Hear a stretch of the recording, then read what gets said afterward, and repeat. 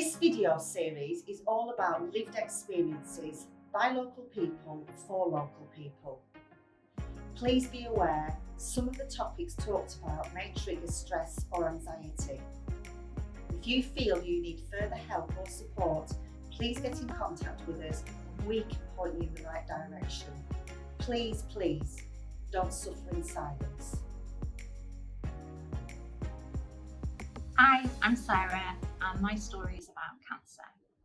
So, age 34, 3 kiddies and a husband, going about normal life.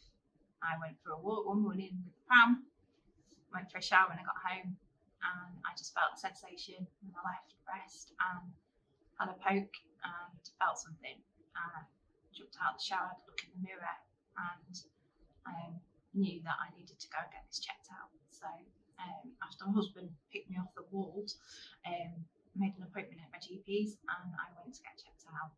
It took a little bit of to-ing and fro-ing from the GP's because I'd only recently had a baby. They were putting it down to hormonal situation or perhaps even mastitis. But I carried on pushing and eventually was referred to the breast unit and went through all the procedures that you do, and finally had a biopsy on the day. And 2 weeks later, I was led to a room and was told, unfortunately, yes, it was breast cancer. And I think at that point, I stopped hearing anything else that anybody said in the room. I couldn't take anything else in. Luckily, my husband was next to me and he listened to what else they had to say. But yeah, all I could hear was, "You've got cancer." Driving home from the hospital, I knew I was going to walk through the door. My mum and dad were babysitting for us, and I knew I was going to break their hearts as well. So it was tough. It was tough because I knew what I was going to do, what I was going to have to go home and explain. So I went through the motions. I had a mastectomy and I had 6 rounds of chemo. And then I went on to have another mastectomy, an elective mastectomy, and lots and lots of kind of thoughts around, why me?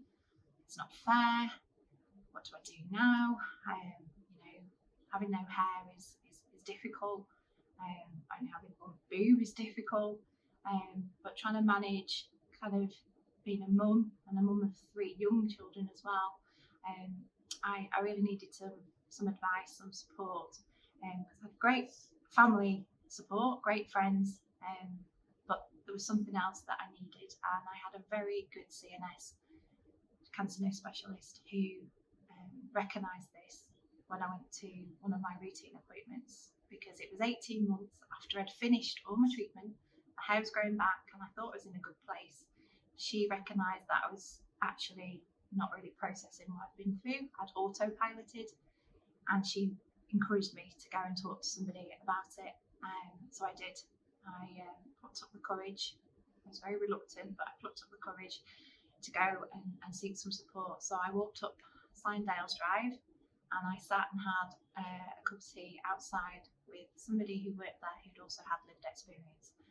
And I will be forever grateful for that moment, because I realised there and then that actually talking to somebody who had been in my position was exactly what I needed to do. And I had counselling and I had aromatherapy, and I can't explain enough how actually having some space for yourself and taking the opportunity to talk things through and find the tools in yourself to help you manage the situation so that you can find your new normal and go on to live your life as in the way that you never forget. It's something that will live with you forever, but it isn't just you. You are not just about your cancer diagnosis. You're a person, you're a mum, you're a daughter, you're a wife, you're a friend. I worried that I would never get back to worrying about small stuff. I really thought that I would always be consumed by this fear, and I am living proof that with the right support, you get there. And touch wood, it in July, post breast cancer diagnosis. And yeah, please, I encourage anybody who's struggling, whether it's the person who has the diagnosis or their loved ones, to get some support, because it's out there, and we have a really good local support network that, you know, will offer everything for the whole family, for anybody that's affected by cancer, because it does affect us in so many different ways.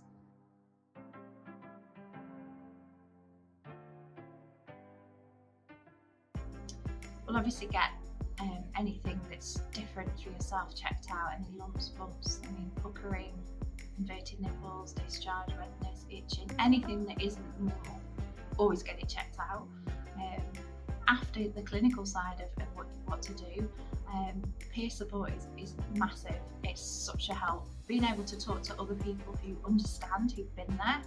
I liken it to when you're a new mum, you seek out other new mums, you go to toddler groups, play groups, because you're surrounded by other people who are in your position, because they get it, you know. And it's a similar concept. It's about being with other people who understand.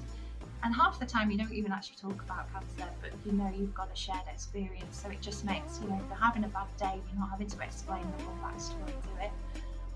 The right support is so essential in moving forward, and I hadn't realised how important it was till I actually accessed it myself.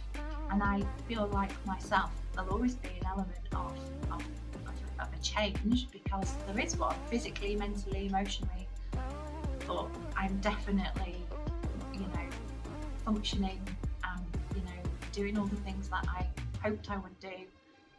And you go into something like therapy as a knot, and they just help you unravel that knot. They can't wave a magic wand, but they can definitely help you find the right tools and, you know, the right way to approach how you move forward.